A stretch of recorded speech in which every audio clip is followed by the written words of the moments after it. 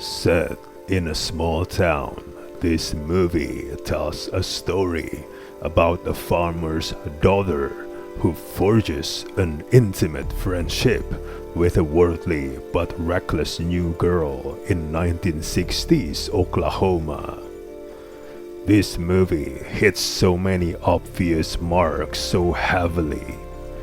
It all might have worked if handled as a sort of semi-tongue-in-cheek empowerment fairy tale, and there are moments when the movie seems to be aiming that way, but only moments, unfortunately.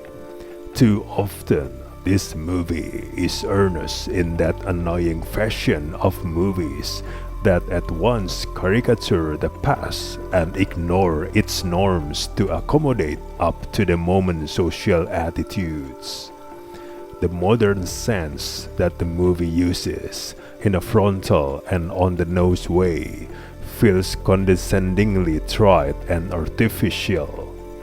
This movie really needs to soften up its the ham-fistedness of its empowerment messaging and unconvincing period atmosphere. It needs more ironical and hyperreal presentation. The best known actors in the movie, like Akerman and Whigham, given very little to work with. Yet, even those with plentiful screen time are hobbled by character conceptions and writing that feel thoroughly contrived. It's where the movie takes these characters that weakens the film's dreams of grandiosity as it dips into familiar suburban drama. The story lacks a vital freshness, the bedrock authenticity that made other relevant movies work is nowhere to be found here. While its story of a bookish young woman's liberation from stifling small-town conservative values is one we've seen many times before.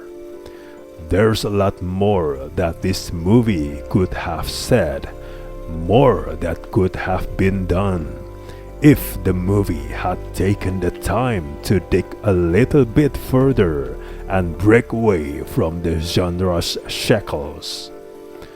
Eventually, no cliché is left unmined, from the transformative wallflower makeover to a climax wrought by vicious gossips and sapphic passion that practically brings on the torch-wielding vigilante villagers. This movie lets itself plodding toward an excess of retro pot-boiler melodrama.